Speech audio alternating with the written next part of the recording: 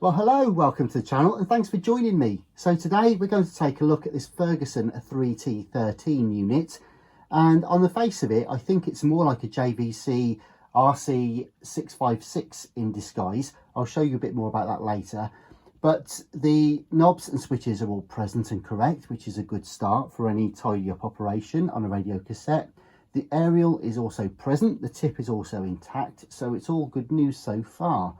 So I think it just needs a decent clean. I've literally just plugged it in just to see if it's going to work at all, and it's quite, some of the pots are a bit scratchy, but actually I think we're going to be okay with this one. So it might just be a general sort of clean and a service. So in terms of the radio though, what is promising is we've got AM and FM, I think. So it's currently on long wave. I'll just turn it up a little bit. And you can hear we've got long wave. So we'll switch to medium wave.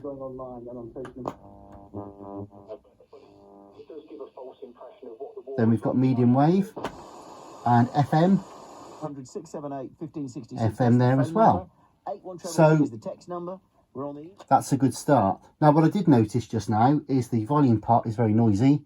Jason, so here you go. Last sort of school trip. There's a lot of scratching. It does get worse with higher volume, but I'll spare you that. So we'll need to just give that a bit of a clean and a sort out. The tone I think is okay. Let's just check again. Luckily, I had the cue in my hand, so swung at it. Unfortunately, the ball went through a stained glass window. Yeah, that's okay. So we know the tone is sweeping okay.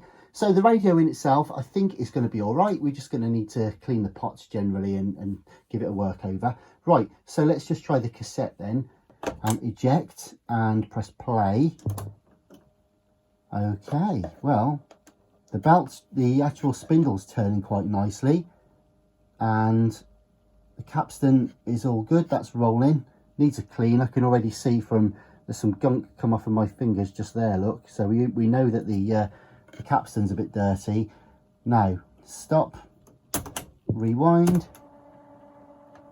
fast forward. Yeah, so it's all okay. I think we're going to be all right. How it sounds is another issue, so let's just put a really old tape in case it snarls it up. So there we go. Press play now. It's been roosting in a thorn or other bush. Good stuff. Okay, rewind, fast forward. Ah, there we go. So fast forward is looking like it doesn't want to play ball. So what's happening again? Let's just try play. That's okay. By the way, this is a random old tape with birds on it that came in an old boombox. So it's a bit of a weird tape, but it does show that it is playing. It's rewinding. I can see the counter going down nicely, but fast forward is dragging. It's slipping. You can just see it sort of slipping and struggling. So that may free up. It may be a slipping belt, a loose or worn belt, but it looks like everything's at least in place because it wouldn't be driving at all otherwise. So I'm not sure exactly of the layout in this, whether it's geared or whether it is whether it's all belts and rollers, idlers and things. So it could be a slipping idler tire, it could be a loose belt, it could be a potentially a gummed up or slightly tarred up spindle, although it's working in other areas like play and fast forward. So I think what we'll do is really just crack it open, have a look inside and see what we've got. Now I did say that this is probably very similar to the JVC RC-656. Well, there's the back of the Ferguson and there's the back of the JVC. Very, very similar, if not the same mouldings there. Also though, if you look at the top, and I'll just bring this JVC in and drop the handle, you will see that basically you're looking at the same layout of the switches and everything like that. So you've got your wavelength selector at the front for your radio. Obviously the JVC's got biphonic sound in that one, whereas you've just got stereo and mono on the Ferguson. But yeah, the master function, tape and radio is there. Also your normal and chrome tape position and Dolby as well. So it's all the same. Even the transport buttons look very similar. The only difference really on the top, I guess, is the recording volume is the same and the volume's in the same place, but the JVC has a 2-band EQ. You've got bass and treble, whereas the Ferguson just has one tone, high and low.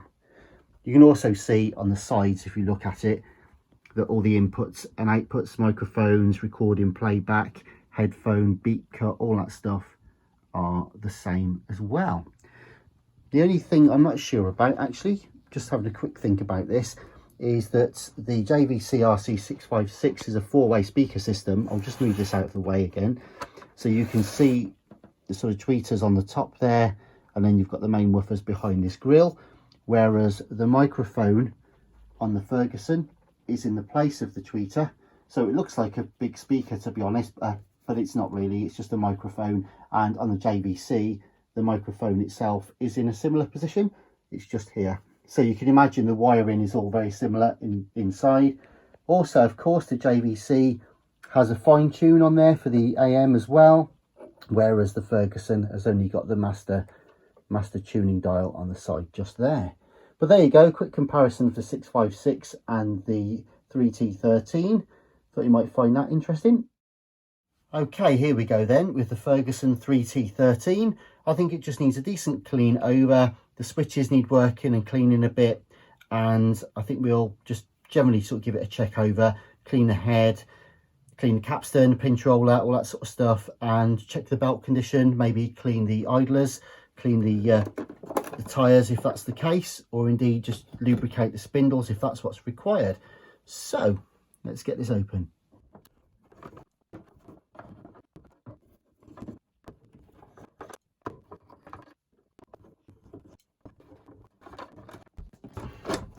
Okay, there we go. Just got to watch that the loose screws don't fall out in a second. Right, just having a quick look inside, I can tell you that there's a multi-plug, probably for the antenna or possibly the speaker, and here on this side we've got the DC to the board from the battery compartment, and yeah, that's the antenna multi-plug just there, if we can get that off. Okay, so I'll just show you the back case, and you've just got the aerial connection just in here. Transformer is there. You can see how just generally dusty and dirty, and it's a 1.25 amp slow blow fuse there, and there's a 100 milliamp one as well just on there. Right, we'll get that aside.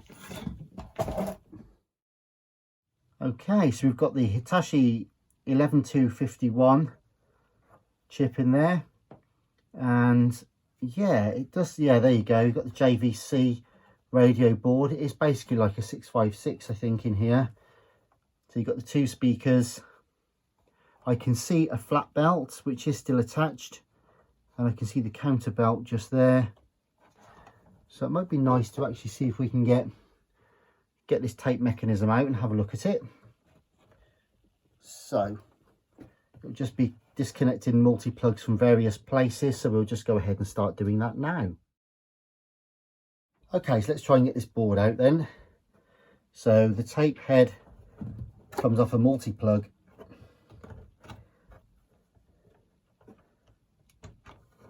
on the bottom there. We'll probably also get the speakers off as well at this juncture. At least the speaker cables. So blue and red on the middle, only because they're attached to the board. And then we'll get the blue screws out. Trusty old JVC carriage screws, really.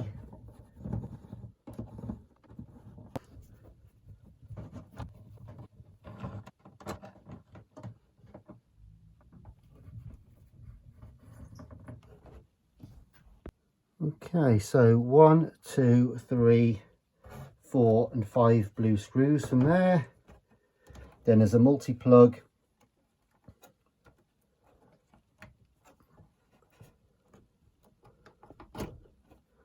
there. There's also one that goes to the board, which for now might stay on. I think it's just a case of getting these control knobs off, and we should be able to withdraw everything now. Well, I don't mind telling you, these are the most difficult knobs I've ever had to get off, I think. I just try not to damage anything, obviously. So I've had to resort to, having tried brute force with my big fingers and lots of assorted pullers and plastic pliers and stuff like that, I've actually had to resort to the couple of old spoons trick. Obviously put down some tape or something to protect the surface before you ever try and do this. And last thing you want to do is damage anything. The problem is this plastic is quite thin and flimsy as well. You can probably see it moving. So it's just a case of trying to put enough force on without damaging anything else. And of course, because you've got 3 abreast as well, it's hard to find a way in without resting on something else. But it's coming slowly. Come on. There you go. And one more for luck. I always think this particular method of getting things off is a bit harsh and perhaps a bit overkill, but it's very rare that you need to do it. Just got to be careful not to break anything. It's so hard, so fragile. Come on. Come on. That's it. Yeah, the trick is not to use the spoons any more than you absolutely have to. There we go. No damage. Perfect. I'm guessing that's the first time they've ever been off. We eject there.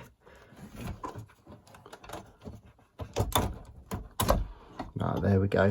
Just put a bit of pressure on the spindle at the front. Right, okay. There is one more multi-plug just there as well, and that's it. So here we go.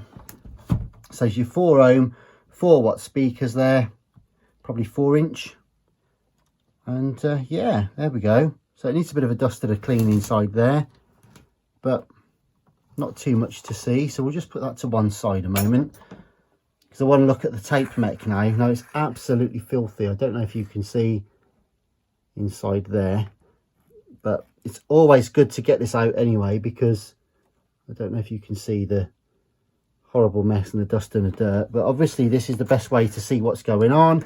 We can get into the pots as well. These pots have got openings in there, so we should be able to get in and give them a clean, because they were a bit grimy. What else can we see? There is a trim adjustment on the motor speed there. That's always nice to have. So it's dated 79, this one, 27th of September 1979, 12 volt DC, and yeah, at least that's nice to be able to trim it up if we need to on there.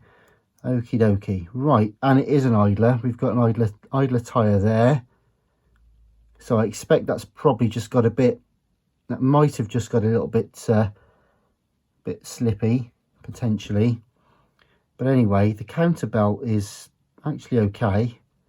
And that's working the screw okay. That's not too bad. I might change it anyway though, it's a little bit floppy. Right, anyways, we'll come in I think and take a slightly closer look at this now. So there we are, as I say, the little trim pot there on the back of the motor, and it looks fairly clean and tidy otherwise, not too bad. You can see they can get in there to clean the pots if we need to. But yeah, there you go. That's what we were saying about the idler there, look. So just this little one here, might need to clean. The capstan, pinch roller, don't look in bad condition, needs a clean, but actually still plenty of wear on there, so that's good.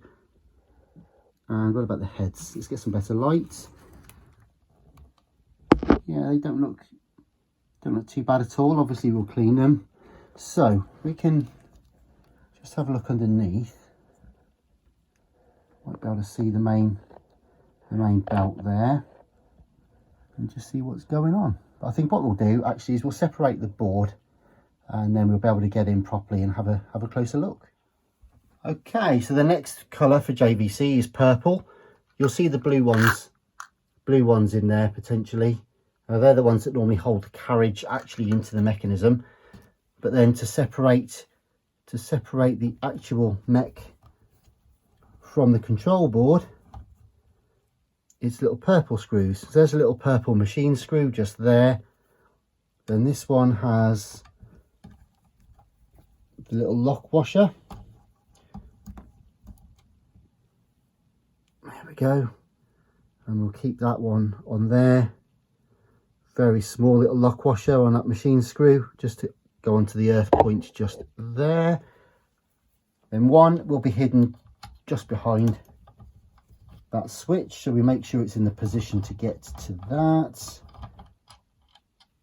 Slightly longer one just there, and then one more for luck here.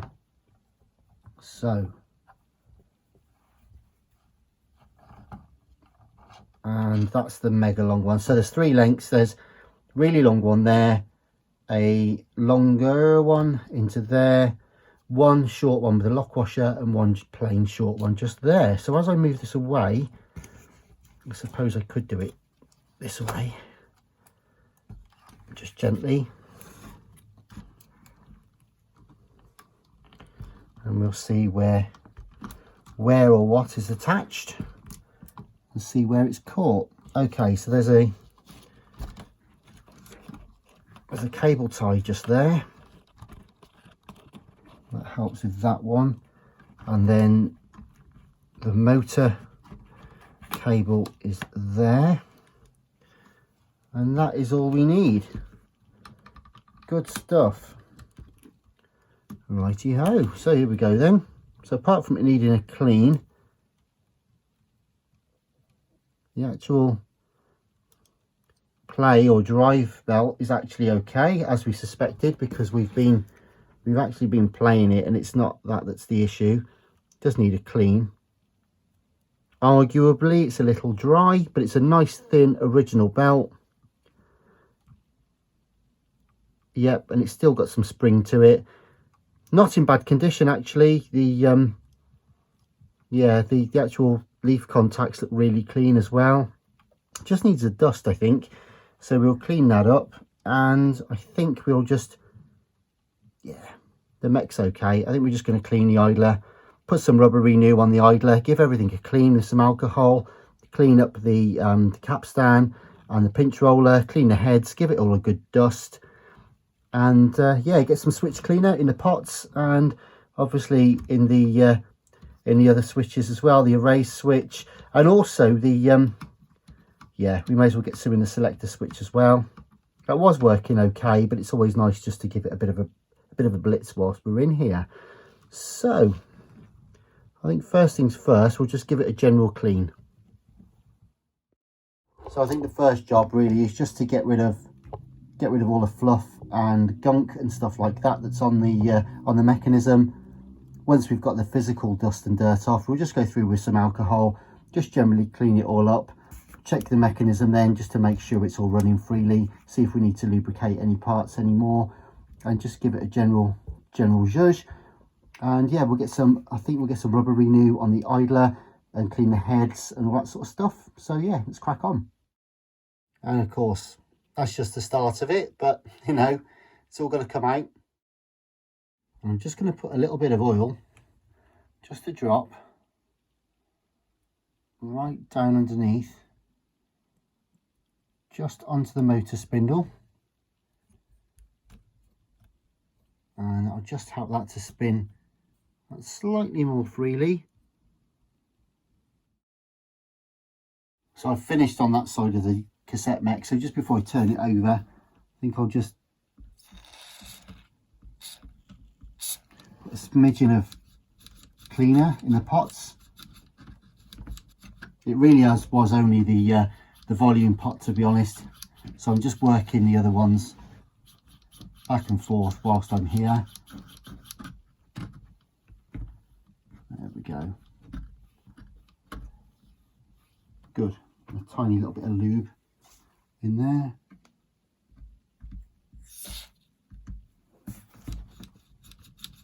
And the same for the switches as well, just the erase switch.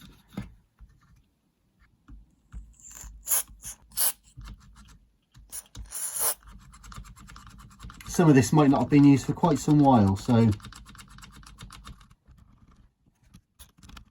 that's fine. Right, Right, let's get this board over. Okay, so just going to get this mech back into position, which should be fairly straightforward, one hopes. Just remembering to clip any cables back from whence they came, including tying up any cable ties that you undid. That's fine. Right, I'm going to screw this back on real quick and then come back and service this top side. So we've just got a serious amount of goo off of this as well, loads of dust and grime. So just going to clean the heads now. Not too bad actually. And I'll do the capstan as well. Squeaky clean.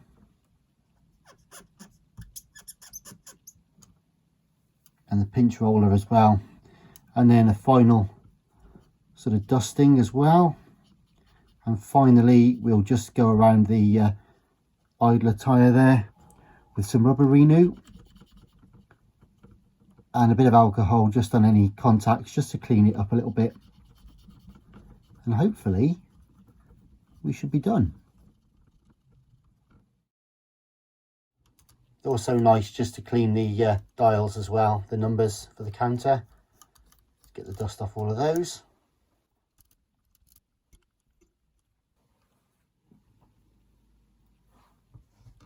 This rubber renew really is unpleasant stuff,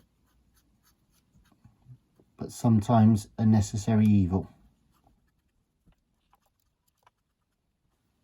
I've just checked the counter belt, by the way, and I'm happy that that doesn't need to be replaced. Should we have needed to, it's literally a case of just rolling it off that spindle and off the pulley there for the counter. So simple to do, just there, but not required on this occasion. It's just a case of getting them working again, really. Just need a clean quite often. So there we go. Not too much more to do, to be honest.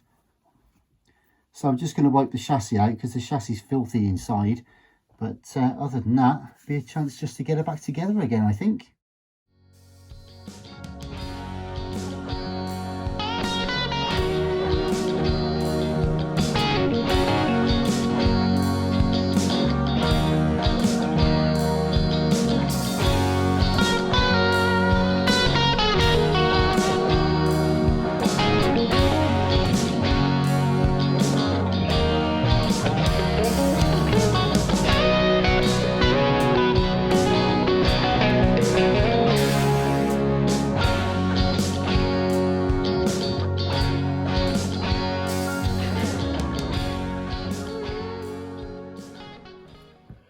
Alrighty, so there is a trim pot to adjust the speed of the motor, but I'm also just going to check the belt again. We may be able to check this in situ. It's a bit tricky, but I'm going to power up the board with a DC voltage. I have to turn everything around though to be able to even see it, and then just check the tension on the belt, make sure it's not slipping. So I'm just going to run 12 volts through there and just going to connect this up, and hopefully I'll be able to play this. Okay, right, let's just play some music and see what happens.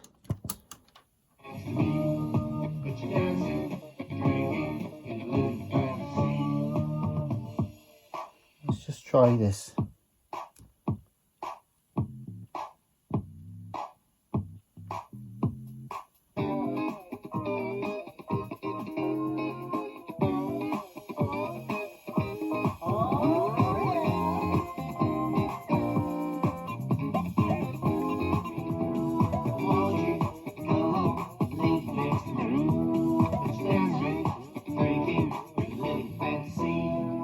There we go.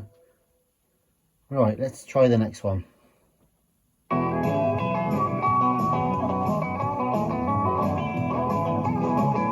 I sit all alone, and all I got is your answer phone. Rain is drenched me to the bone. Where were you tonight? There we go.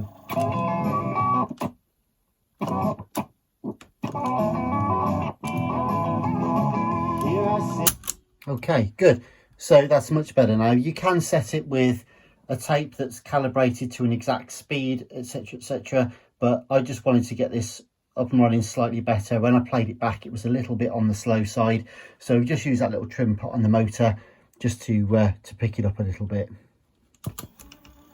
And fast forward. Yeah, it's not wanting to rewind very well still, is it? I checked the belt tension and it seemed okay. It did seem a little bit dry, to be honest. It's an old belt, but it seemed to be the right kind of tension and didn't appear to be slipping too much. Now, I'm just in the process here of trimming the speed, and I've got the speed to pick up okay, which is fine. I've got it where I want it to be. And I did think really that probably by over trimming, or if you really spin up the motor, if the belt is slipping a lot, it wouldn't really affect the speed too much because the motor spins quicker, but ultimately you're still losing traction and it still won't turn the actual flywheel on the capstan. However, I've just noticed on initial just test before I put it all back together that the rewind's still not working very well. And if I actually increase the tension by putting a finger into the behind the belt and pulling back slightly on it, you'll find that it'll actually increase the tension on the belt, and therefore instead of putting more load on the motor, it actually helps it to go faster. I'll show you what I mean. So if we press play now, Got nowhere to go. it's playing quite nicely. It's happy there. Dragging their belongings through the gunfire and the snow. And if I fast forward it, it's working okay. If I rewind it, oops, wrong one. You see how it's just trying and it's slipping? But if I actually put my finger behind the belt there, see how it starts to go a lot quicker? And then if I let go, slows down and put more tension on the belt, it actually goes quicker again. So I think it's actually the belt tension that's not quite right here. It's almost stopped now, look. And if I put my finger behind there now, there, started to work again. So I think what we've got here is a situation where the belt actually does need to be replaced after all. And then I'm going to have to just trim the speed back on the motor. It's always a sanity check because the motor speed shouldn't really drift too much. So if you're finding that you're going to have to adjust the motor a fair bit, it's probably not the motor's fault. It will probably be running gear somewhere else that's playing up. So to that extent, I think all there is to do now is go back and change the main belt after all that. So we've just got the mechanism back out now, and I'm literally just going to get this old belt off. I'm going to try, if I can, to just slip it back like that, you see, over between the gap with the flywheel there. So there we go. So the actual belt itself, as I say, doesn't look too bad at all. It's got a little bit of a kink in it, but it's not really in bad condition. Just a little bit on the dry side perhaps. So we'll go and find another one to put on in its place, and hopefully that'll cure the issues. We'll probably have to trim the motor speed back a little bit, but that's fine. We'll do that in a sec. So refitting the belt's a bit of fun. So the original belt is here. I found a nice new juicy one, the right sort of size, but it's if I just put these over my finger so you can see, but it's just, would you believe, slightly too wide. So what it's doing is it's just not quite sitting on the rollers. It's running back out. But I found another one which is the same. It's just marginally thinner or narrower, whichever way you look at it. Tiny bit smaller. So hopefully we'll be able to get that on and it should do the trick. Right. Okay. Well, let's just try and bring this in. Okay, well it's running nicely, got some decent tension on it. It's not spinning, it's causing counter rotation, so that's good. Right, okay, and there's only a few mil difference, so I think that should be spot on now. So I think all we need to do, get this back on, hook the power back up, put some music on, and then we might need to just trim the motor speed down a touch. Okay, so the new belt's on, and now for the test. So we're just going to play this now. No, we're not. As we get stronger, the more we go through.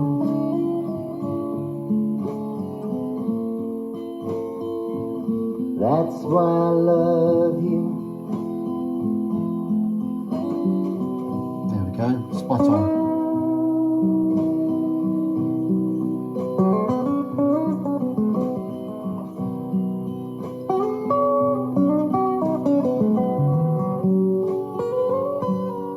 That's it, lovely. Okay, good.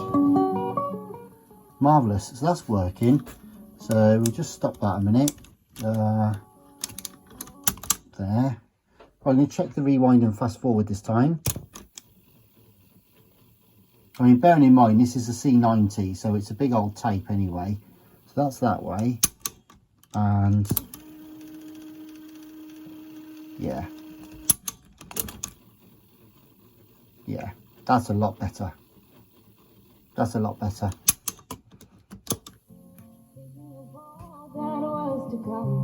Thinking I'd always be sweet. Marvellous. There we go. So a little bit of a labour of love in the end, but we thought we'd got away with changing the belt. Tension seemed okay, but it just dried out. It got a bit shiny. So yeah, there you go. So the motor speed's fine, the new belt's on, and finally you can just go back together again. This counter belt was looking at me all the time I was working on the motor, and it did have a bit of a kink in it. It was still working perfectly fine, but I thought, well, that's it now, it's on. Got a brand new one on there, so that's both the belts done and the idler tyre cleaned. So we've just gone through and done the whole lot in the end, adjusted the motor speed, and yeah, just get it back together and give it a good clean. So here it is then, the Ferguson 3T13. Not a bad little unit really, pretty attractive and well made. After all, it does use a lot of JVC components. Now this particular one was a little bit dirty, to say the least, when it came in. It had very scratchy volume pot, and just generally was a bit tired looking, and the mechanism didn't work either. It was sort of playing up, it played a bit, and then it was sort of playing slow and slipping and what have you on rewind. So basically just needed a bit of a clean, a bit of a strip down, and we've oiled the motor, cleaned the heads, replaced the belt, which we didn't think we originally had to do. It seemed okay, but then it seemed to be playing slow. So we adjusted the motor a little bit and picked that up, but it still didn't really fix it. So we replaced the belt after all, and indeed changed the counter belt as well. Just really giving it a decent clean, polished it up, polished the aerial, just really freshened her up really. So yeah, okay, well there she is. There's the Ferguson 3T13, and I think just what I'll do is I'll leave you with an excerpt of music played directly out. So I'll record something for you from the headphone out probably, and you can have a listen, see what you think of it. But in the meantime, thanks very much for watching. Hope you found it interesting, having a little poke around inside this Ferguson Ghetto Blaster. And I'll see you soon, so please subscribe, hit the notifications bell, and I'll be back again. Bye bye.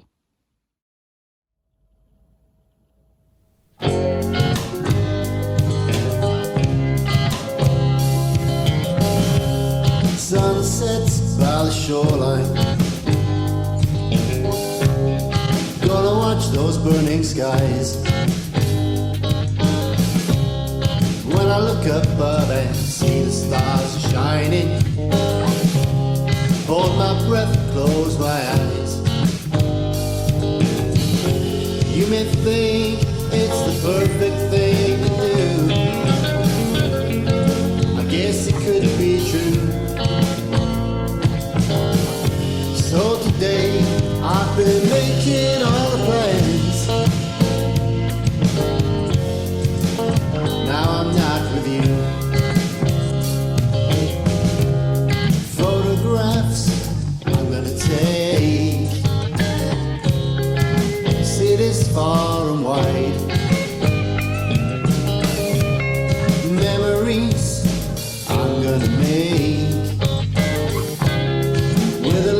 by my side.